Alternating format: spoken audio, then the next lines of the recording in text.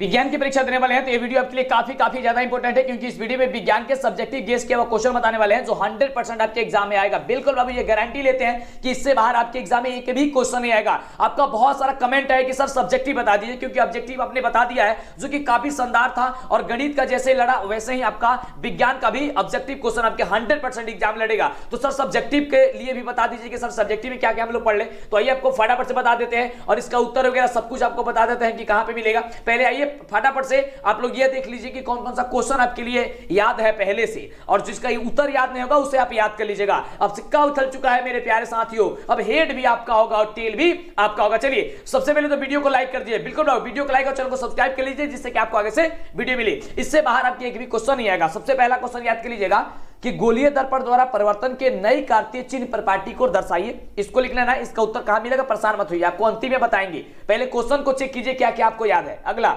अवतल दर्पण के दो उपयोग को लिखें।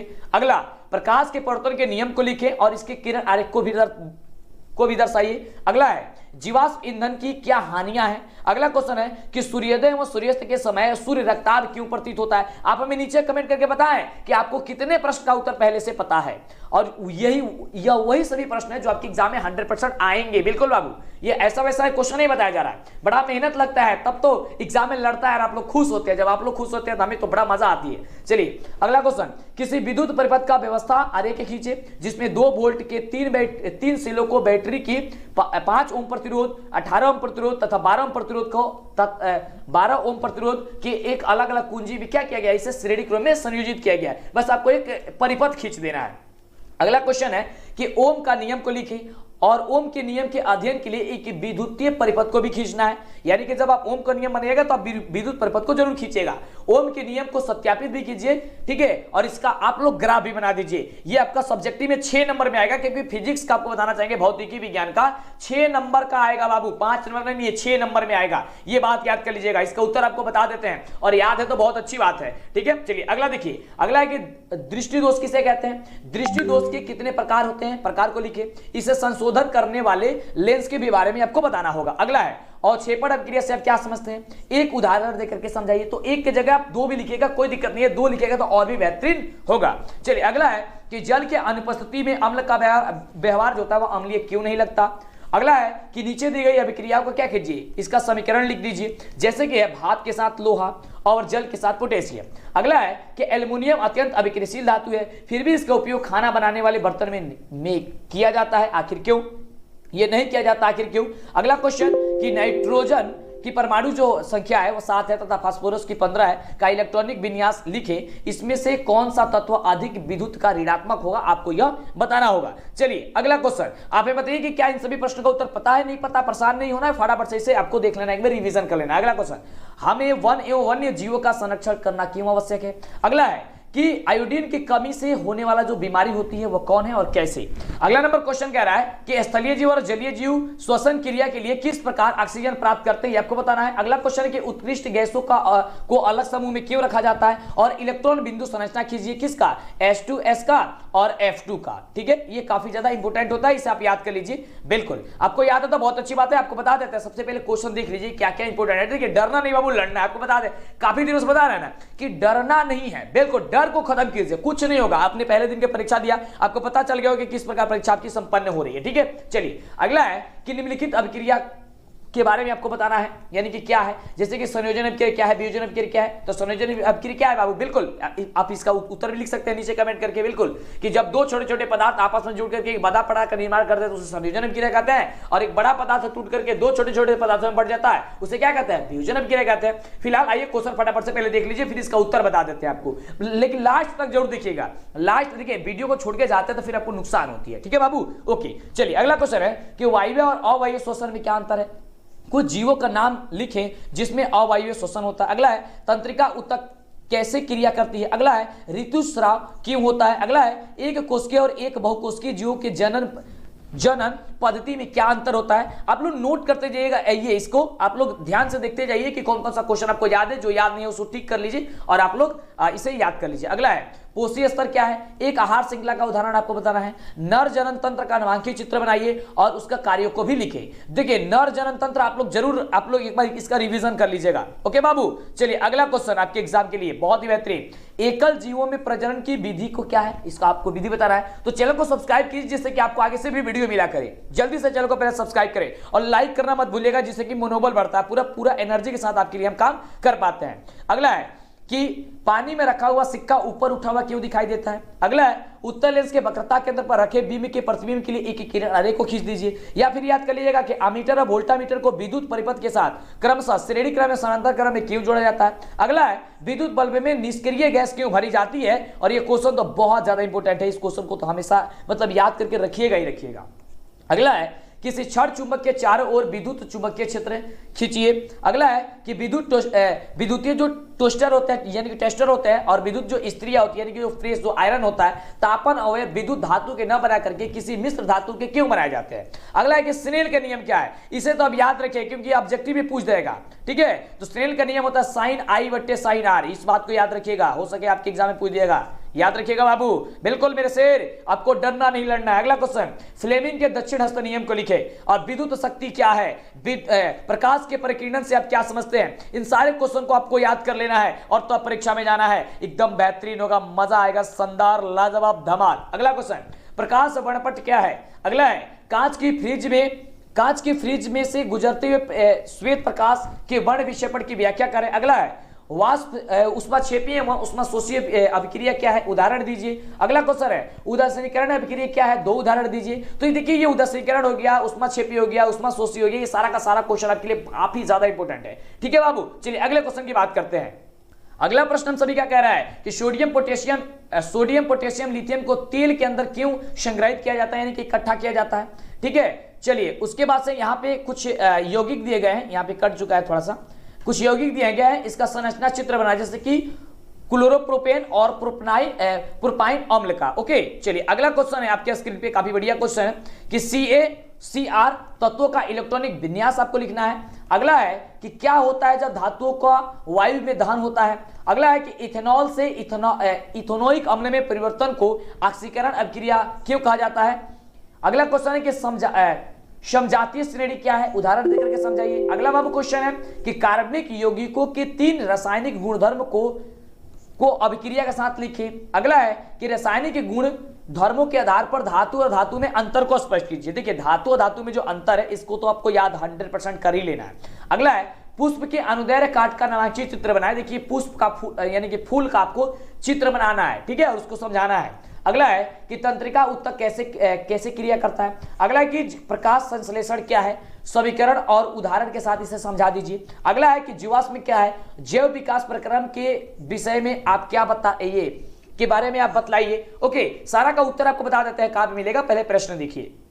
अगला प्रश्न हम सभी क्या कह रहा है कि पारितंत्र में अपमर्जकों की क्या भूमिका होती है। अगला है पर्यावरण मित्र बनने के लिए आप अपनी आदतों में कौन कौन से परिवर्तन ला सकते हैं। अगला है मछली, मच्छर, केचुआ, मनुष्य के श्वसन अंगों के नाम लिखिए। अगला है कि वाष्पोत्सर्जन क्रिया का पौधों के लिए क्या महत्व है, इस महत्व को आप लोग लिख लेना है। चलिए अगला क्वेश्चन है कि मानव पाचन तंत्र का नामांकित चित्र, यानी कि जो मानव पाचन तंत्र है इसका नामांकित चित्र बनाना है। भोजन पाचन क्रिया का वर्णन भी वहां पे आपको कर देना है।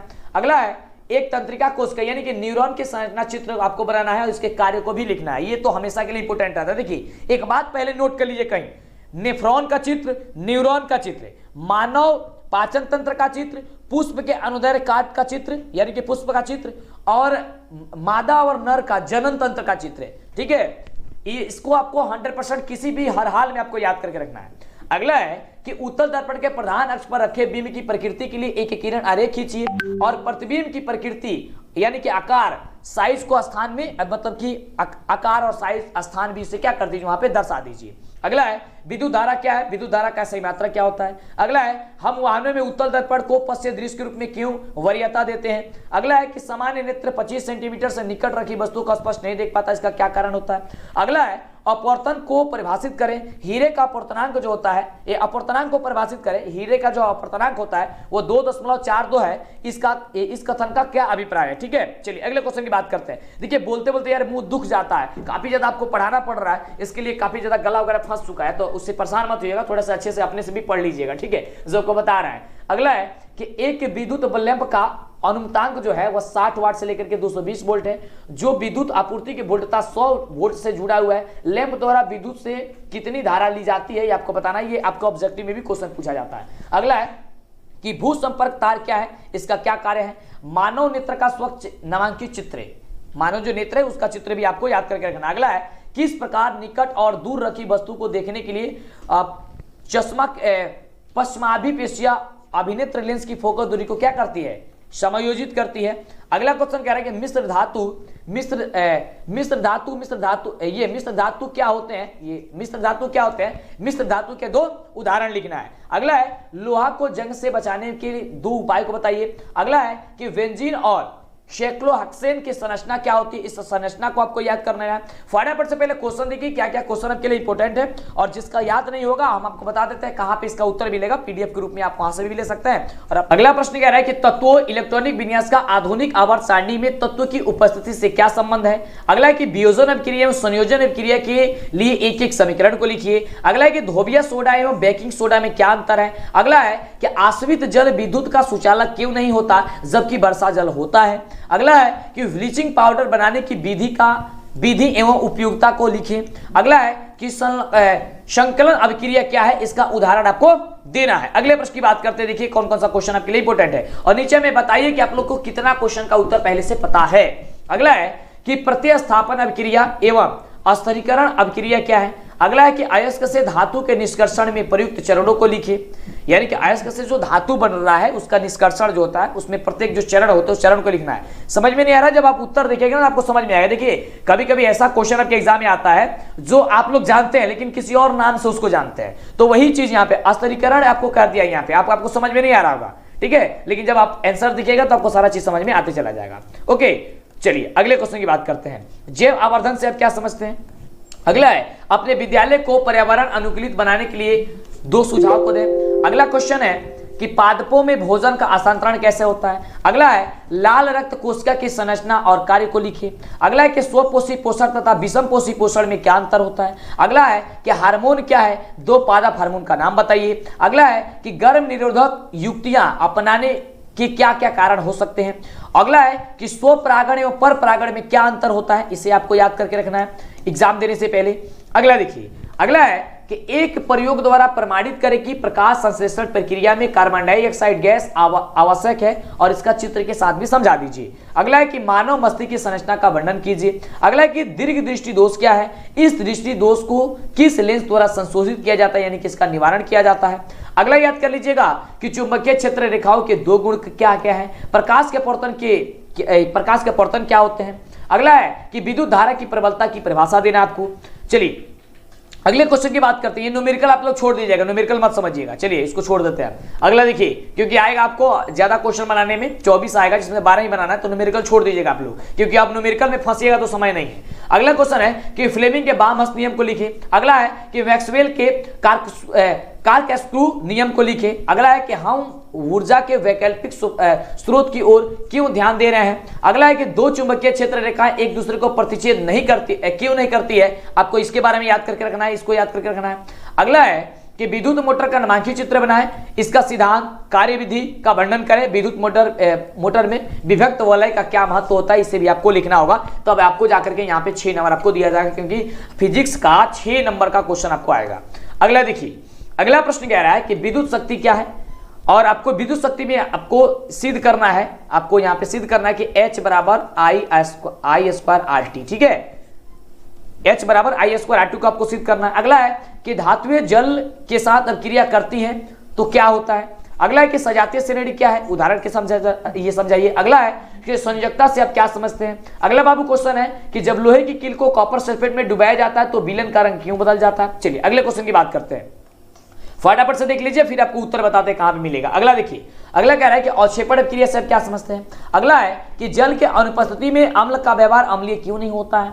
अगला है कि तनु सल्फ्यूरिक अम्ल जिंक के साथ अभिक्रिया का समीकरण लिख दीजिए। अगला है कि मेथेन, एथेन, प्रोपेन, ब्यूटेन, यौगिक को कि क्या लिखना है, संरचना सूत्र आपको लिखना है। चलिए अगला क्वेश्चन, ये वही सभी क्वेश्चन है जो आपके एग्जाम में 100% आने की पूरी संभावना है, ठीक है। अगला है कि खनिज, अयस्क, गैंग और निस्तापन एवं भार्जन की परिभाषा आपको याद कर लेनी है। पादप में जल और खनिज लवण का समूहन कैसे होता है। अगला है कि पादप में प्रकाश परिवर्तन किस प्रकार का होता है। अगला है सजीवों के 4 लक्षण को लिखिए। अगला नंबर प्रश्न से क्या कह रहा है कि हम यह कैसे जान पाते हैं कि यहाँ पे जीवाश्म होगा, ठीक है, जीवाश्म कितने पुराने हैं। चलिए अगले क्वेश्चन की बात करते हैं। धमनी और सीरा में 2 अंतर, इसको तो आप याद कर लेना है। पाचन एंजाइम का क्या कार्य होता है। ओजोन परत की क्षति हमारे लिए चिंता का विषय है, कैसे, ये छाती हो गया ना, क्षति होगा। अगला है कि एक लिंगी और द्विलिंगी जीव की परिभाषा एक उदाहरण दीजिए, एक लिंगी और द्विलिंगी का। अगला है कि एक तंत्रिका कोश का यानी कि न्यूरॉन की नामांकित चित्र बनाइए और इसका आपके कार्यों का वर्णन करें। ये ऊपर भी हमने आपको इस क्वेश्चन को बताया था, ठीक है, तो ये डबल हो गया यहाँ पे, चलिए उसको छोड़िए। अगला है कि मानव श्वसन तंत्र का नामांकित चित्र बनाइए और इसके कार्यों को भी बताइए। अगला है कि प्रकाश के अपवर्तन को नियम को लिखिए। अगला है कि नेत्र की समंजन क्षमता से आप क्या समझते हैं, जो कि बहुत बढ़िया इंपॉर्टेंट क्वेश्चन है। अगला है कि घरेलू विद्युत परिपथ में श्रेणी क्रम संयोजन का उपयोग नहीं किया जाता, आखिर क्यों। अगला है कि किस अवतल लेंस की फोकस दूरी, किसी अवतल लेंस का फोकस दूरी जो होगा वो 15 सेंटीमीटर है। बीम को लेंस से कितनी दूरी पर रखें कि इसके द्वारा बीम का प्रतिबिंब 10 सेंटीमीटर दूरी पर बने। लेंस द्वारा उत्पन्न आवर्धन भी ज्ञात कर दीजिए। अगर आपको न्यूमेरिकली आता है तो बनाइएगा, नहीं तो छोड़ दीजिएगा। चलिए अगला है कि तारे क्यों टिमटिमाते हैं। अगला है कि किसी विद्युत परिपथ में लघुपतन से आप क्या समझते हैं। अगला है कि एक समतल दर्पण द्वारा आवर्धन जो होगा वो +1 है, इसका क्या अर्थ है आपको ये बताना है। ये बहुत बढ़िया क्वेश्चन है। अगला देखिए कह रहा है, यहाँ पे भी आपको न्यूमेरिकल ही है कि प्रतिरोधक का समानांतर क्रम संयोजन किसे कहते हैं। नहीं, ये न्यूमेरिकल नहीं है। प्रतिरोध R1 R2 तथा R2 का समानांतर क्रम में संयुक्त कर संतुलित प्रतिरोध का व्यंजन प्राप्त करें, ठीक है, ये भी क्वेश्चन बड़ा इंपॉर्टेंट है। चलिए अगला क्वेश्चन है कि उत्तम ईंधन से आप क्या समझते हैं। जो उत्तम ईंधन होता है, उत्तम ईंधन से आप क्या समझते हैं। अगला है कि पीतल और तांबे के बर्तन में दही और खट्टे पदार्थों को क्यों नहीं रखा जाना चाहिए। अगला है कि उभयधर्मी ऑक्साइड क्या होते हैं। 2 उभयधर्मी ऑक्साइड का आप उदाहरण दे दीजिए। अगला है कि तत्वों के इलेक्ट्रॉनिक विन्यास का आधुनिक आवर्त सारणी में तत्वों की स्थिति क्या है, संबंध के साथ इसको आपको दर्शाना है। चलिए अगला है कि सक्रियता श्रेणी के मध्य में स्थित धातुओं के नाम क्या होते हैं। अगला है निस्तापन क्या है, निस्तापन के समय होने वाली एक रासायनिक अभिक्रिया को लिखें। अगला है कि समवायता के क्या तात्पर्य है। मात्र 140 क्वेश्चन आपको बताएंगे, 3 सब्जेक्ट मिलाकर के आपको बता रहा है, काफी बढ़िया क्वेश्चन है। चलिए अगला है कि हमारे जैसे बहुकोशिकीय जीवों में ऑक्सीजन की आवश्यकता पूरी करने में विसरण क्यों अपर्याप्त है। अगला है कि दीर्घरोम क्या है, इसके कार्य को लिखें। अगला है कि डीएनए की प्रकृति बनना जनन के लिए आवश्यक है, क्यों। फटाफट से वीडियो को लाइक करें और चैनल को सब्सक्राइब कर लें। चलिए आगे बात करते हैं। और अब आइए, समाप्त होने वाला है, अब आपको बताते हैं कहां पे ये सारी चीजें मिल जाएगी। अगला है कि विविधताओं के उत्पन्न होने से किसी स्पीशीज एवं अस्तित्व किस प्रकार बढ़ जाता है। अगला कि द्विखंडन और बहुखंडन में 2 अंतर को लिखें। और सेकेंड लास्ट है कि मनुष्य में होने वाले लैंगिक संचारित रोग कौन कौन है, उसका नाम बताइए। और लास्ट है कि श्वसन की परिभाषा आप लोग दे दीजिए। तो 1 से 40 प्रश्न आपके एग्जाम के लिए काफी ज्यादा इंपॉर्टेंट है। अब आइए आपको बताते हैं कि आपको ये आंसर कहां मिलेगा, और इस पीडीएफ को हम अपने टेलीग्राम पे डाल देते हैं, ठीक है। तो विज्ञान का वायरल वीवीआई सब्जेक्टिव क्वेश्चन के लिए और उसका उत्तर के लिए आपको गूगल के क्रोम ब्राउजर को ओपन कर लेना है और यहां पे सर्च करना है डीएलएस एजुकेशन। ध्यान से देखिए, डीएलएस एजुकेशन जैसे सर्च कीजिएगा आपके सामने यहां पे आएगा डीएलएस एजुकेशन ऑफिशियल। आपको क्या करना है, इस पे क्लिक कर देना है। जैसे ही आप क्लिक कीजिएगा तो आपके सामने फटाफट तरीके से यहां पे ओपन होकर के चला आएगा कि Bihar board matric VVI science subjective question 2022 के लिए आपको इस पे फटाफट से क्लिक कर देना है। ऐड वगैरह आएगा तो इसे बंद कर देना है और यहाँ पे आपको नीचे चले जाना है। नीचे जाइएगा तो यहाँ पे आप देख सकते हैं कि सारा का सारा जो भी यहाँ पे वीवीआई क्वेश्चन है यहाँ पे सारा का सारा आ चुका है। और आप यहाँ से आकर के आप अपनी तैयारी को मजबूत करिए और इससे तैयारी कर लीजिए, याद कर लीजिए, फटाफट से जल्दी से कीजिए क्योंकि समय अब काफी कम है और आप आपकी एग्जाम देने जाना है। यहाँ से 100% आपके एग्जाम में क्वेश्चन आएगा, इससे बाहर आपके एग्जाम में क्वेश्चन नहीं रहेगा। और एक खास बात बताना चाहेंगे, क्वेश्चन पेपर जैसे ही वायरल हो रहा है हम आपको सबसे पहले अपने टेलीग्राम पे दे रहे हैं। तो टेलीग्राम पे जुड़ने के लिए आप जाकर के टेलीग्राम पे सर्च कीजिएगा डीएलएस एजुकेशन ऑफिशियल, या फिर यहाँ पे आपको जो यहाँ पे लिखा हुआ मिले देख सकते हैं लाइव टेस्ट, इस पे आप लोग डबल क्लिक कीजिएगा, 2 बार क्लिक। दो बार क्लिक करेंगे तो देख सकते हैं यहां पे आ चुका है कि आप क्रोम के माध्यम से या फिर टेलीग्राम, तो टेलीग्राम आ जाएगा। तो अब टेलीग्राम पे क्लिक कीजिएगा, ठीक है। अगर आप नहीं चलाते हैं तो टेलीग्राम प्ले स्टोर से डाउनलोड कर लीजिएगा और टेलीग्राम का यूज कीजिए। देखिए जैसे टेलीग्राम हम क्लिक किए तो देख सकते हैं कि हम टेलीग्राम पे फटाफट से यहां पे पहुंच चुके हैं और देख सकते हैं यहीं पे क्वेश्चन पेपर हम डाल देते हैं जो सबसे पहले आ जाता है, वायरल अगर हो जाता है तो देख सकते हैं हम लोग यहां पे हम डाल दिए। तो फटाफट से आप जुड़िए, यहां पे जल्दी से आइए, फटाफट से कीजिए, समय काफी ही कम है बाबू।